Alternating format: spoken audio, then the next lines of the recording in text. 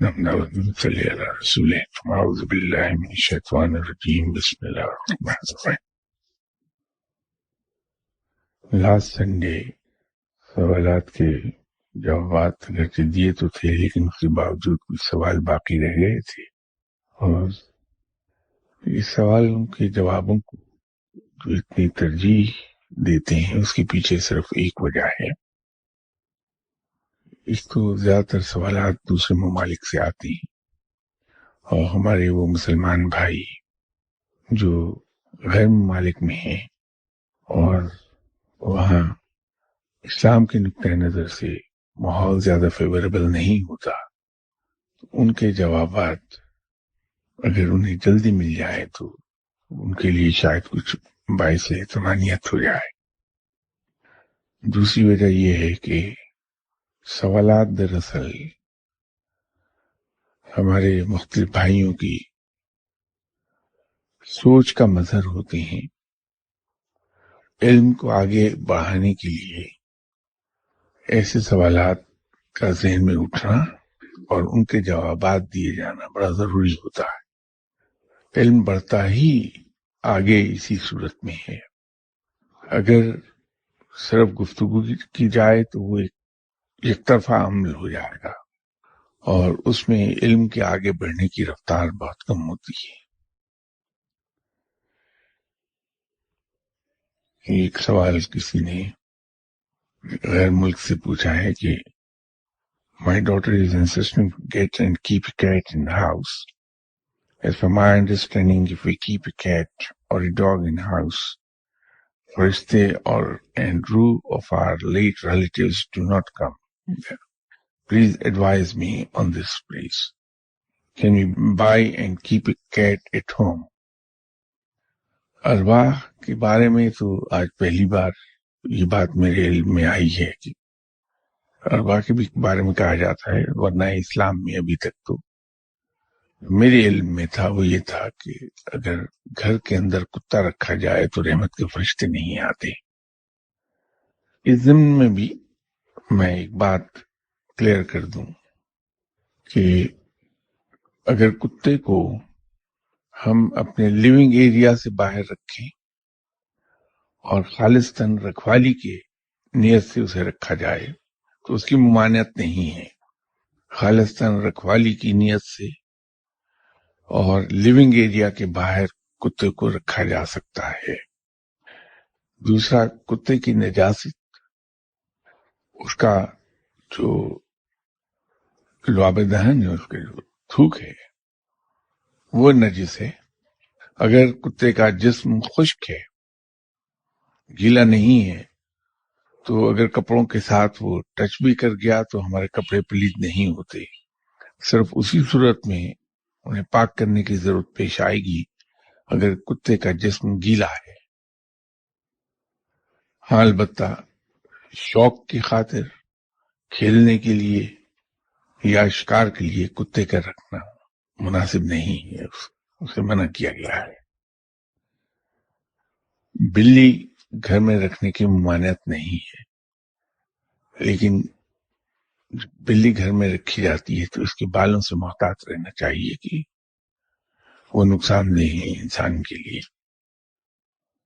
میرے خیال میں تو بلی کو گھر میں پالنے سے کوئی اس میں ایسا نقصان نہیں ہوتا کہ مرے ہوئے رشتہ داروں کی روحیں گھر میں نہ آئیں یا فرشتے نہ آئیں۔ بلی رکھی جا سکتی ہے گھر میں۔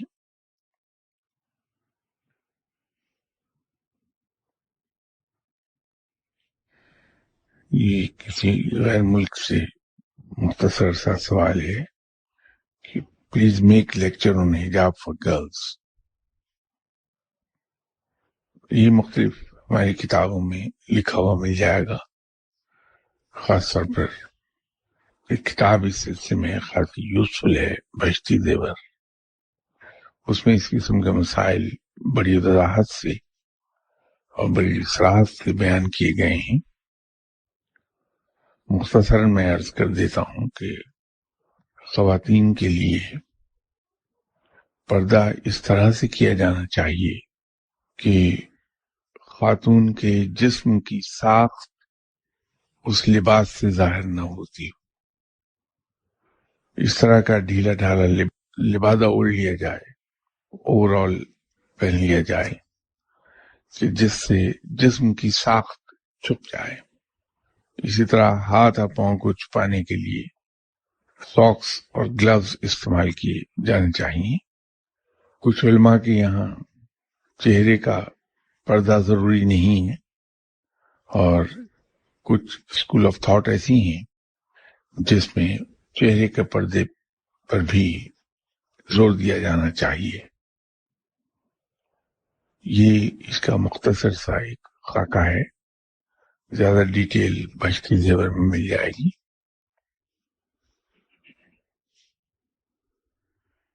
یہ ایک سوال یہ ہے کہ ولایت میں عارف کون سا مقام ہے؟ عارف در حقیقت مقام نہیں ہے، یہ ایک کیفیت کا نام ہے، ایک اسلوب کا نام ہے. ہر وہ آدمی جو تصوف کی راہ پر چلا، ولایت کے مقام کو پہنچا اور نیکوکار ہے، اللہ کے احکامات کا پابند ہے، وہ عارف کہلائے گا.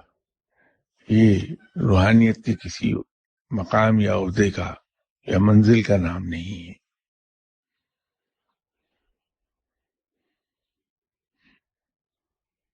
یہ ہماری پچھلی کسی گفتگو کا حوالہ دے کے کسی صاحب نے لکھا ہے کہ in lecture 52 you explained if there is no way to buy a house on cash from own sources in a foreign non-Islamic country, one can go for a mortgage, however short as possible and limited to the smallest possible amount, but only if sar chupane ko chat na ho.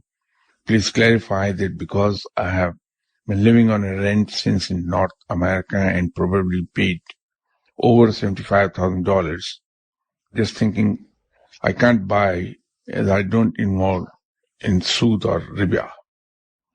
Of course, a roof can be obtained on rent. However, owning a house is not possible.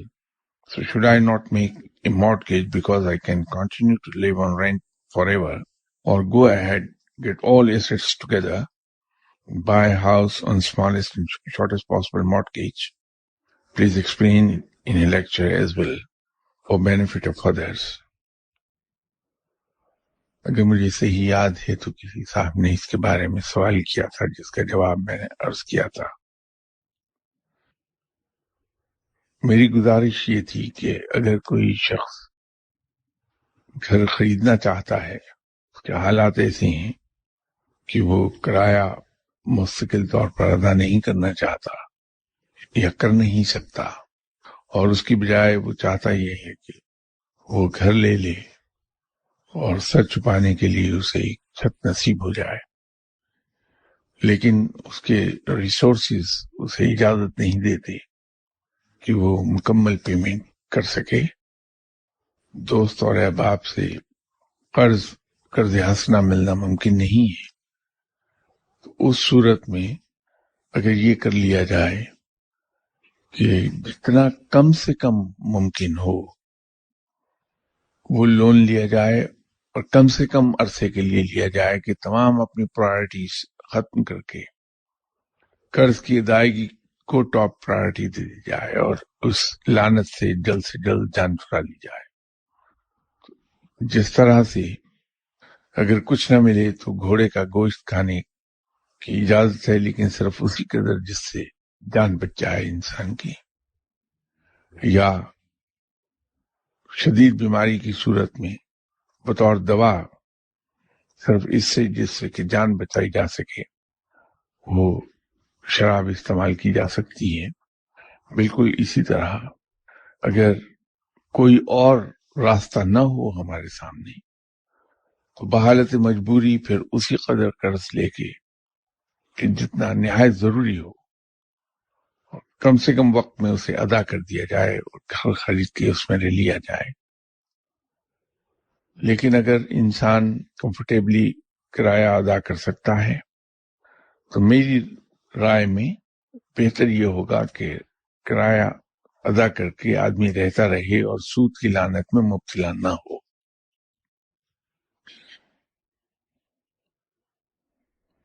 سوال ہے کہ روح کا کیا رنگ ہوتا ہے؟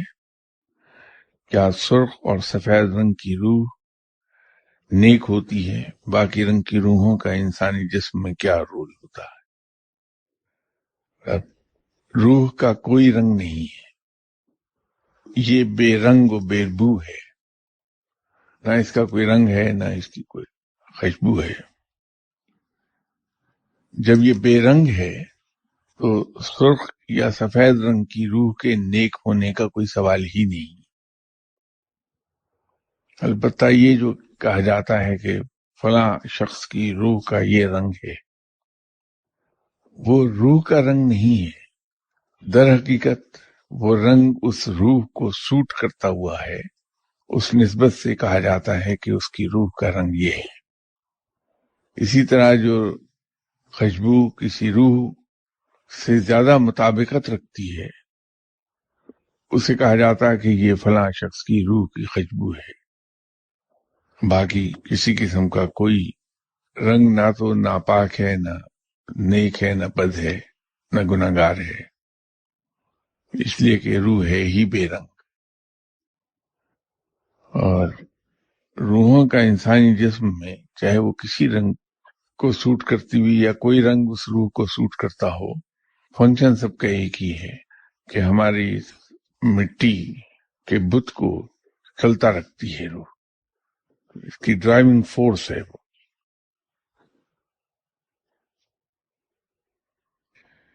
کسی نے ایک سوال پوچھا، آیت کریمہ اور لا حول ولا قوت کے جنرل کیا اثرات ہوتے ہیں؟ میں نے ایک دو موقعوں پر پہلے بھی ایک چیز عرض کی تھی کہ ہر لفظ کے اثرات ہر روح پر مختلف مرتب ہوتے ہیں۔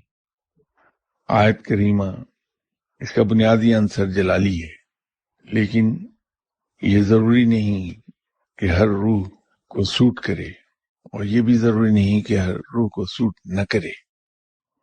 جلالی ہے یہ، اور جیسے آپ کو معلوم ہے کہ اس کی بیک گراؤنڈ یہ ہے کہ حضرت یونس علیہ السلام جب مچھلی کے منہ میں چلے گئے تھے تو مچھلی کے پیٹ میں جناب حضرت یونس علیہ السلام نے اس آیت کا ورد کیا تھا، اور اللہ کے حکم سے مچھلی نے حضرت یونس علیہ السلام کو 10 محرم کے روز یوم عاشور پر انہیں کنارے پہ آ کے اگل دیا تھا۔ اور اس کے اثرات جنرلی یہ کہا جاتا ہے اس کے اثرات کے بارے میں کہ انسان کیسی ہی مشکل میں کوئی نہ مبتلا ہو، اگر اس کو پڑھا جائے خلوص دل سے تو اللہ تعالیٰ اپنی رحمت کے صدقے انسان سے اس مصیبت کو دور کر دیتا ہے۔ یہ درست ہے، اس کے جنرل اثرات یہی مرتب ہوتے ہیں، لیکن یہ اس بات پہ ڈیپینڈ کرے گا کہ کسی شخص کی روح کی فارمیشن کیا ہے اور اس روح کے اپنا بنیادی ایلیمنٹ کیا ہے۔ اس لیے ایک چیز پر میں زور دیا کرتا ہوں کہ وہ تمام وظائف جو لوگ ایک دوسرے کو بتاتے ہیں، کتابوں میں لکھے ہیں، اخباروں میں چھپتے ہیں، ان وظائف کو اس طرح سے نہ پڑھیے، کیونکہ عام انسان کو یہ اندازہ نہیں ہوگا کہ کون سا ورد، ذکر، وظیفہ، تسبیح اسے سوٹ کرتی ہے یا نہیں کرتی۔ ہم لوگ بغیر دیکھے پڑھنا شروع کر دیتے ہیں، یہی وجہ ہے کہ آپ کو ایک چیز عام دکھائی دے گی کہ جو شخص جتنی زیادہ تسبیحاں پڑھتا ہے اتنا ہی ذہنی طور پہ پریشان دکھائی دیتا ہے۔ اس کے پیچھے وجہ یہی ہے کہ ہم بغیر کسی سے پوچھے پڑھنا شروع کر دیتے ہیں۔ فقیر لوگ، اولیاء کرام، درویش، یہ عام طور پہ کوشش کرتے ہیں کہ ایک یا دو قسم کے وظائف کر لیں، بے شک ان کی تعداد بہت ہوتی ہے۔ زیادہ پڑھائیاں جب بھی کوئی شخص پڑھے گا، لامحالہ اس پہ پریشانیاں، ذہنی پریشانی ضرور اس کو آ جائے گی۔ تو کوشش کیجئے کہ وظائف اور ذکر اذکار کے چکر میں نہ پڑیں، بلکہ قرآن پاک کی تلاوت کثرت سے کریں۔ جو صورتیں بھی ہمیں زبانی یاد ہیں ان کو ہم دل میں پڑھتے رہیں، بیٹھے ہوئے درود شریف پڑھتے رہیں دل میں، بجائے ذکر اذکار کے پیچھے دوڑنے کے۔ لا حول ولا قوت بھی اتفاق کی بات یہ ہے کہ جلالی ہے اس کا بنیادی عنصر، اور اس کے جنرل اثرات تو سب کو معلوم ہے کہ شیطان کو دور دوڑانے کے لیے استعمال کیا جاتا ہے۔ جب بھی کوئی برا خیال آئے ہمارے ذہن میں، ہمارا نفس ہمیں بہکائے، تو اگر لاحول ہم پڑھ لیں تو اس کیفیت سے انسان نکل جاتا ہے اور نفس کے ہاتھوں بہکتا نہیں۔ یہ اس سوال کا جواب تو میں ابھی دے چکا کہ کیا صرف درود ہی ورد میں رکھا جائے تو کافی ہے؟ بے شک اگر درود شریف کا ورد جاری رکھا جائے تو یہی انسان کے لیے کافی ہو جائے گا۔ ایک زمانے میں یہاں گفتگو کرتے ہوئے میں نے عرض کیا تھا کہ تصوف کی راہ میں پیار اور عشق و محبت، اس کو بہت دخل ہے۔ اگر انسان کسی سے صرف فقیر سے دل سے پیار کرتا رہے تو ہوگا یہ کہ چونکہ جس کو بھی انسان پیار کرتا ہے اسے یاد ضرور کرتا ہے، اس کے تو دھیان لگا رہتا ہے، اور لاشعوری طور پر اس آدمی کی نقل کرنے لگتا ہے، اس کی اچھی چیزیں اسے بھاتی ہیں اور ان پہ عمل کرنے لگتا ہے۔ تو جب کوئی شخص کسی فقیر یا درویش سے پیار کرے گا تو اس کے نقش قدم پہ خود بخود چلنا شروع کر دے گا، اس کی عادات کی، اس کے سٹائل کی، اس کے الفاظ کی نقل کرنا شروع کر دے گا۔ تو اگر ایک شخص یہاں سے چلتا ہوا پیدل اسلام آباد تک گیا ہے تو اس کے نقش قدم پر، اس کے پاؤں کے نشان پر پاؤں رکھتا ہوا کوئی بھی آدمی چلے تو وہ اسلام آباد ہی پہنچے گا لا محالہ۔ تو جب ہم کسی شخص سے پیار کرتے ہیں، اس کی تقلید کرنا شروع کر دیتے ہیں، تو انسان وہی جا پہنچتا ہے جہاں وہ شخص پہنچا ہوا ہوتا ہے۔ تو آپ صلی اللہ علیہ وسلم کا معاملہ تو بہت آگے کا ہے۔ آپ صلی اللہ علیہ وسلم اللہ کے بعد سب سے بلند و بالا ہیں۔ جب کوئی شخص آپ صلی اللہ علیہ وسلم سے پیار کرتا ہے تو اسے جواب میں آپ صلی اللہ علیہ وسلم کی نظر عنایت ملتی ہے، اور جس شخص پر آپ صلی اللہ علیہ وسلم کی نظر عنایت ہو جائے تو اس کے تو بیڑا پار ہے دونوں جہاں میں، اس دنیا میں بھی اور آخرت میں بھی۔ تو جس شخص کو اللہ یہ توفیق بخش دے کہ وہ درود شریف کا ورد رکھے، اس سے زیادہ اور خوش نصیبی کیا ہے۔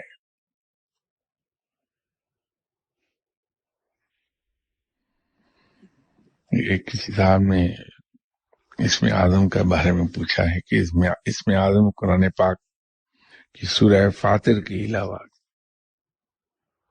میں نے عرض کیا تھا سورہ فاطر میں نے مثال کے طور پہ بتائی تھی، یہ 3 صورتوں میں اسم اعظم موجود ہے۔ میں نے سورہ فاطر کا ذکر مثال کے طور پر کر دیا تھا کہ ان میں سے ایک سورہ فاطر ہے۔ معلوم نہیں کہ ہم لوگ اسم اعظم کے پیچھے دوڑتے کیوں پھر رہے ہیں، اس سے حاصل کیا کرنا چاہتے ہیں۔ یاد رکھیے فقیر تو اسم اعظم سے بڑی دور بھاگتا ہے۔ میں نے آپ سے بتایا تھا کہ میں نے خود ٹھوکر کھائی ہوئی اسم اعظم پر، کہ جب میں فرسٹ ٹائم اپنے مرشد صاحب سے ملا تھا، دی ویری فرسٹ ٹائم، تو میرے مرشد صاحب نے مجھے لفظ فرما دیا جو 4 حروف پر مشتمل تھا، اور فرمایا کہ جب وضو کرو تو وضو میں جب ہاتھ اپنے دھونے شروع کرو تو ہاتھ دھوتے وقت یہ پڑھ لیا کرو۔ تو ہاتھ دھونے میں وقت ہی کتنا لگتا ہے، وضو تو ہمیں پڑھنا تھا، وہ 2 بار 4 بار 5 بار ہو گیا۔ تاکید یہ فرمائی کہ اس کے بعد دعا نہ مانگنا۔ 2-3 روز تو میں صبر کر گیا، لیکن وہ جو مغربی تعلیم ہے اس نے مجھے بہکا دیا۔ یہ تو میں الزام دینے کو مغربی تعلیم کا نام لے رہا ہوں، ورنہ قصور میرا اپنا ہی تھا، مغربی تعلیم کا قصور نہیں تھا. تو اپنے آپ کو تسلی یہ دی کہ یہ تو مغربی تعلیم تھی جس نے مجھے بہکایا اور کہا کہ اس کو دعا مانگ کے دیکھو ہوتا کیا ہے. تو میں نے وضو کر کے پڑھا اور وضو کے دوران دعا مانگی. نتیجہ یہ ہوا کہ جب نماز پڑھی تو دعا میں نے ایک مقام دیکھ لیا، اور مقام دیکھ کے خود ہی سمجھ آ گئی کہ کہاں پہنچا ہوا ہوں میں. تو میں نے بڑی خوشی سے ذکر کیا اس کا اپنے مرشد صاحب سے کہ حضور میں نے آج یہ دیکھا ہے.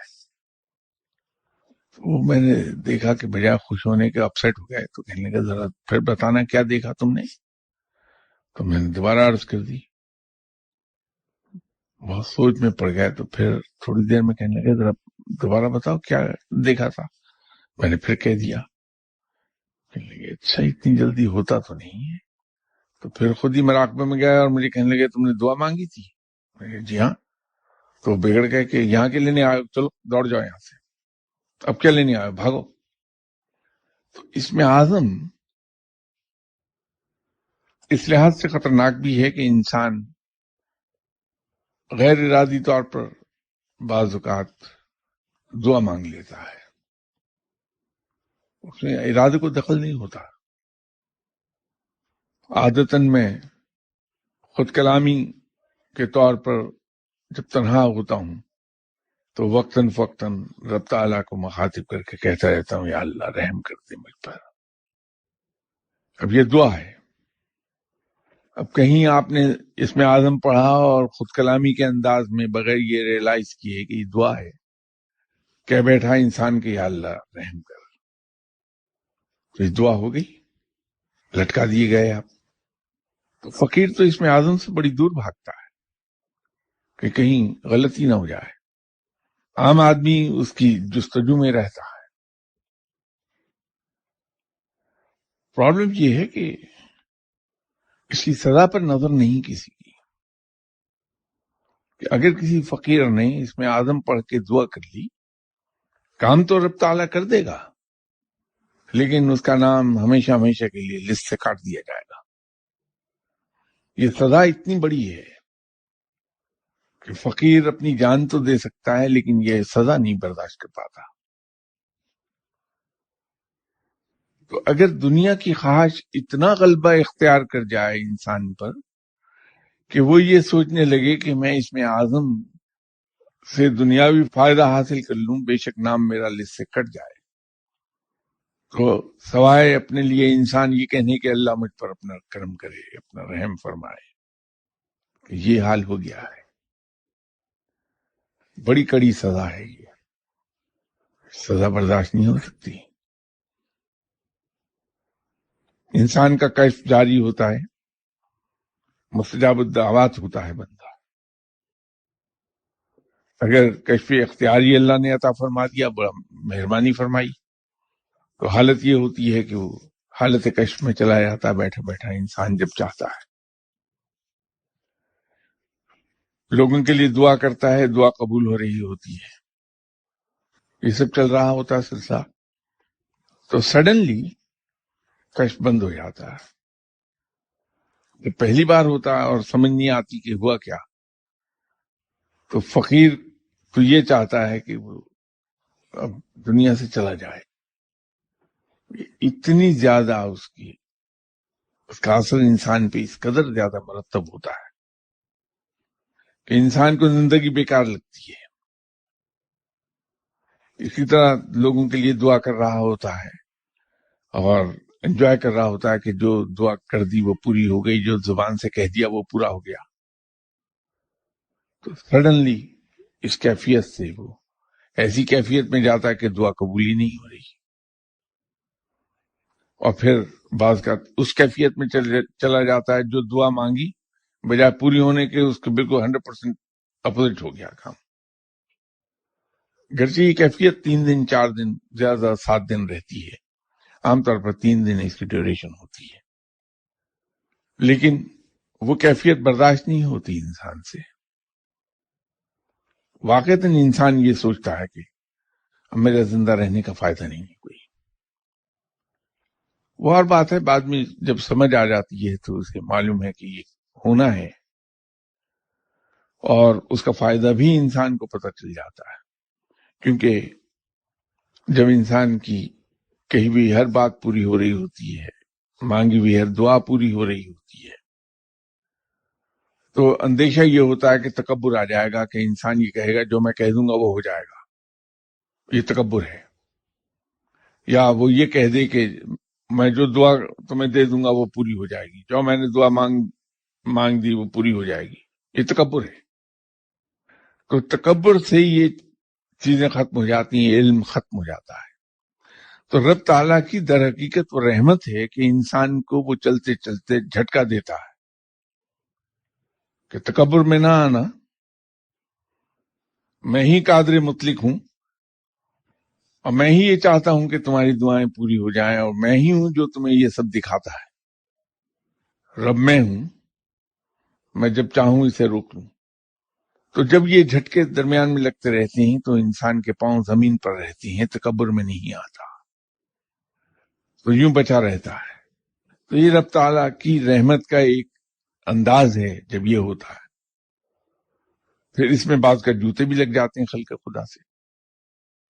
اب کوئی آدمی آیا، اس نے کہا یہ کام میرا ہو جائے، اور انسان نے اس اعتماد میں کہہ دیا کہ میرا رب بڑا رحیم و کریم ہے، آج تک وہ میری عزت رکھتا رہا، میں نے اگر کہہ دیا کسی کو جاؤ ہو جائے گا یہ کام تو ہو گیا. اب آپ نے اطمینان سے کہہ دیا کہ جاؤ میاں ہو جائے گا یہ کام، وہ کام اس کے الٹ ہو گیا.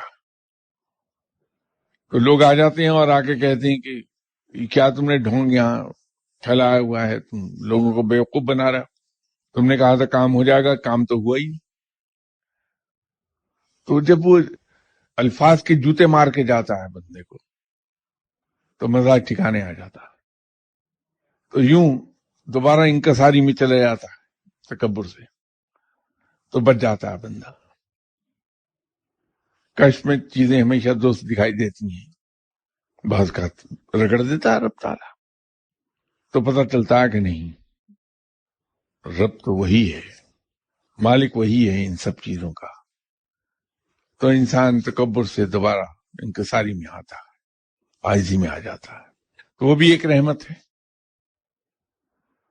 تو انسان کو پتہ نہیں چلے گا کہ مجھ سے کیا ہو گیا، کہاں کیا غلطی ہو گئی. پتہ اس وقت لگتا ہے جب سزا مل جاتی ہے. تو یہ اس میں آدم سے فقیر تو بہت دور بھاگتا. اور پھر یہ ایک عجیب بات ہے ہماری کہ رب تعالیٰ نے جگہ جگہ اس دنیاوی مال و زر اور آسائش کو انتہائی حقیر بیان کیا ہے، مثالیں دے کر کے. میرے نزدیک اس دنیاوی مال و زر اور دنیاوی آسائش کی ویلیو دنیا کی حقیر ترین چیز سے بھی کمتر ہے. پھر رب تعالیٰ نے اس کو ثابت بھی کیا کہ اپنے انتہائی پیارے بندوں کو ان چیزوں سے دور رکھا ہے. جتنے بھی پیغمبر ہیں وہ دنیاوی طور پر تہی دامن رہے، دکھوں میں زندگی بتائی ہے. کوئی ایسا دکھ نہیں دنیا کا جو جس سے وہ نہیں گزرے ہیں. لیکن رب تعالیٰ نے انہیں عزت اور نام بے مثال دیا. یہ انعام ہے ان کا. جس چیز کو اللہ نے اپنے پیاروں سے دور کیا ہم اس کے پیچھے بھاگتے ہیں. رب تعالیٰ نے قرآن پاک ہم پر اتارا تھا کہ ہم راہ راست پر آ جائیں، جو سیدھا راستہ ہے وہ دیکھ لیں. اور راہ راست اور سیدھے راستے پر انسان آ نہیں سکتا جب تک کہ اس کے دل سے دنیا کی محبت نہ نکل جائے. یہی وجہ ہے کہ قرآن پاک کو کثرت سے پڑھنے والا اور اس کو سمجھنے والا اس کے دل سے دنیا کی محبت نکل جاتی ہے. یہ کیسا ظلم کرتے ہیں ہم اپنی ذات پر کہ وہ کلام جس کو اللہ تعالیٰ نے اتارا تھا ہمیں راست پر لانے کے لیے اور ہمارے دل سے دنیا کی محبت نکال دینے کے لیے، ہم اسے دنیا کے حصول کے لیے استعمال کرتے ہیں. یہ بالکل ایسا ہی ہے کہ ایک ٹریفک کنسٹیبل جو لوگوں کو ایک پرٹیکولر سڑک کے ون وے ہونے کے بارے میں بتانے پر اور اس کی تعمیل کرنے پر مامور ہے کہ لوگ اس کی خلاف ورزی نہ کریں، لوگوں کو بتائے کہ یہ ون وے ہے اور اس میں آپ اس سمت سے داخل نہیں ہو سکتے، جانا ادھر منع ہے، وہ اس ون وے کی خلاف ورزی خود کرنا شروع کر دیں۔ ہم دنیا کے حصول کے لیے قرآن پاک کی مختلف آیات پڑھتے ہیں، ہم دنیا کے حصول کے لیے صورتیں پڑھتے ہیں، ابھی اس کا استعمال ہم نے کیا نکالا؟ اسے دور رہا جائے بہتر ہے۔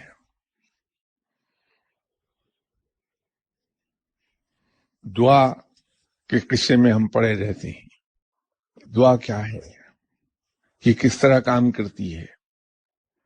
یہ اصل میں دعا اس چیز کا نام ہے کہ جب انسان کا دل دکھے، انسان تکلیف میں ہو، سب سے اعلیٰ قوت کے سامنے جب وہ فریاد کرے، اس کو پکارے، وہ دعا ہے۔ مدد کا طلبگار ہو سپریم پاور سے، وہ دعا ہے۔ انسان کو اللہ تعالیٰ نے جو سب سے اعلیٰ، پیچیدہ اور طاقتور چیز عطا فرمائی ہے، وہ اس کا دماغ ہے۔ اس دماغ کے کئی ایک لیول ہیں۔ ایک شعور ہے جسے ہم کانشیس مائنڈ کہتے ہیں، ایک لاشعور ہے جسے ہم سب کانشیس مائنڈ کہتے ہیں، اور ایک انکانشیس مائنڈ بھی ہے، یہ تیسرا لیول ہے۔ ہوتا یہ ہے کہ جب ہم دکھ میں ہوتے ہیں، تکلیف میں ہوتے ہیں، کوئی آرزو ہماری پوری نہیں ہو رہی ہوتی، تو اس کا ادراک ہمارے کانشیس مائنڈ کو ہوتا ہے، شعور کو ہوتا ہے۔ جب ہم آرزو پورے نہ ہونے کی بے چینی یا اس دکھ یا اس تکلیف سے مجبور ہوتے ہیں تو ہم اللہ کے حضور دعا کرتے ہیں۔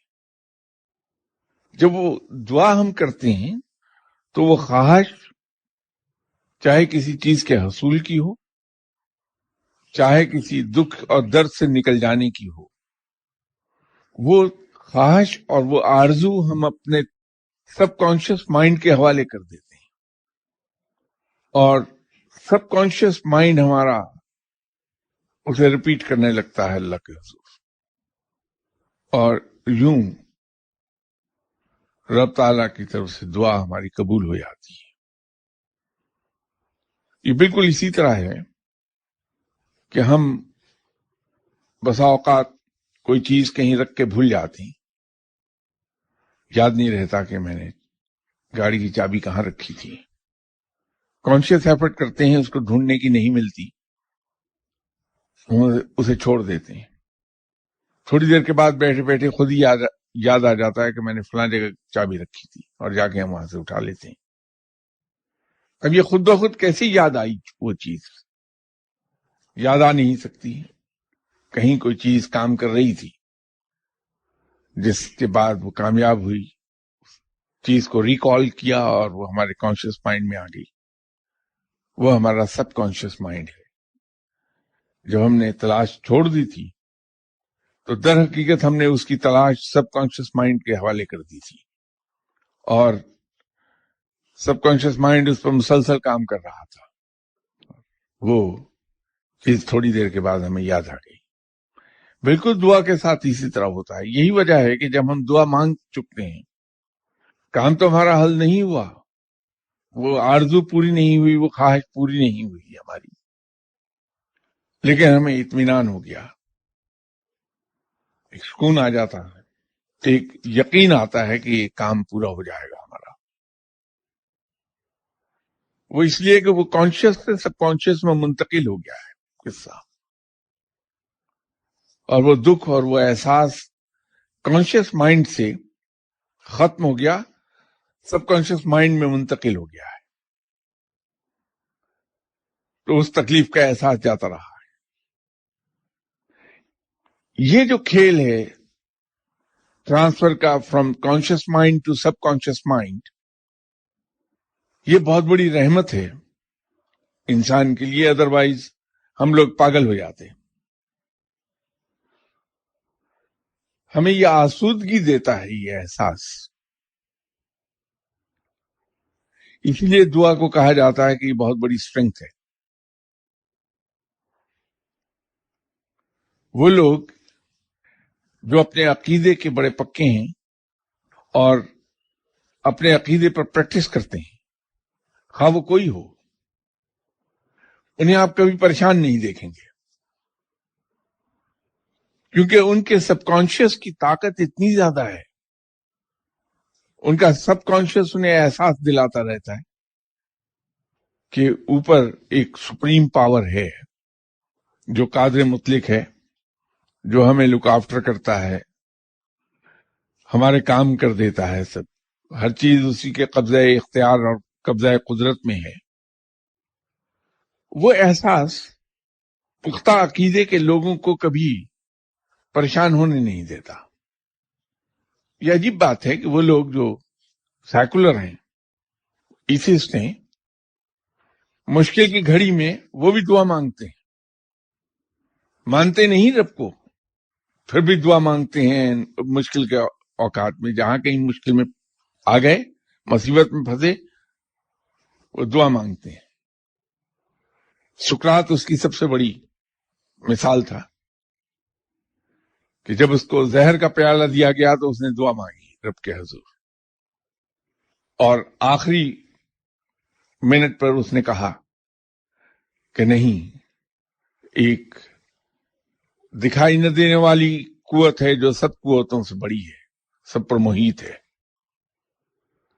اور میں اس کو تسلیم کرتا ہوں، اس کے وجود کو تسلیم کرتا ہوں، اور اسی اطمینان کے ساتھ میں یہ زہر کا پیالہ پی رہا ہوں۔ یہ آخری الفاظ تھے ساکریٹ کی جب اس کو زہر کا پیالہ دیا گیا۔ اس کے برعکس ایرسٹوٹل کو زہر کا پیالہ دیا گیا، اس نے دعا نہیں مانگی، اور اس کا آخری وقت بھی اتنا ہی خراب ہوا۔ ان دونوں میں یہ فرق تھا، استاد شاگرد تھے یہ، ارسطو اور سقراط۔ تو یہ دعا میں وہ قوت ہے، دنیا کا ہر مذہب دعا کو عبادت کا مغز بتاتا ہے، صرف اسلام نہیں ہے، ہر مذہب۔ در حقیقت ہر مذہب کہنا زیادہ درست نہیں ہوگا کہ اسلام سے پہلے رب تعالیٰ کی طرف سے اتارے گئے مذاہب، اس لیے کہ وہ بھی رب کے بھیجے ہوئے مذہب تھے، وہ اپنے اپنے ٹائم پر بالکل ٹھیک تھے، آج بھی ٹھیک ہیں۔ وہ فرق یہ ہے کہ ہر مذہب سپرسیڈ ہوا ہے بعد میں آنے والے مذہب اور بعد میں آنے والے پیغام کے ذریعے سے، لیکن اسلام پر آ کے وہ پیغام چونکہ مکمل ہو گیا تھا تو اسلام سپرسیڈ نہیں ہوا، یہ لیٹسٹ ورژن ہے اللہ تعالیٰ کے پیغام کی۔ تو اس لیے ہم کسی مذہب کو برا نہیں کہہ سکتے کہ وہ اللہ ہی کے بھیجے ہوئے ہیں، ہم کسی مذہب سے دور نہیں بھاگ سکتے، اس سے نفرت نہیں کر سکتے، اس لیے کہ وہ بھی اللہ کے اتارے ہوئے مذاہب ہیں، اللہ ہی کے بھیجا ہوا سچا پیغام ہے۔ جن کتابوں کے ذریعے سے وہ پیغام آیا وہ بھی سچی تھیں، وہ رب کی تھیں۔ جو پیغمبر ان کتابوں کو لے کر آئے، جن پیغمبروں پر وہ کتابیں اتاری گئیں، وہ بھی سچے تھے۔ اس لیے ہم کسی مذہب کے بارے میں کوئی ایسے کوئی ریمارکس نہیں دے سکیں گے، اس لیے کہ وہ بھی اللہ ہی کے بھیجے ہوئے مذہب ہیں، اپنے وقت پر بالکل مکمل تھے، وہ ٹھیک تھے۔ وہ اور بات ہے کہ جو زمانہ ترقی کر گیا، انسان نے ترقی کی تو لیٹسٹ ورژن اس کی آ گئی، اس کو ریوائز کر کے ایڈیشن کر کے مزید پیغام بھیج دیا اللہ تعالیٰ نے، اور اسلام آخری پیغام ہے، اور اسی نسبت سے آپ صلی اللہ علیہ وسلم آخری نبی ہیں۔ انشاءاللہ بشرط زندگی اگلی اتوار ملاقات ہوتی ہے۔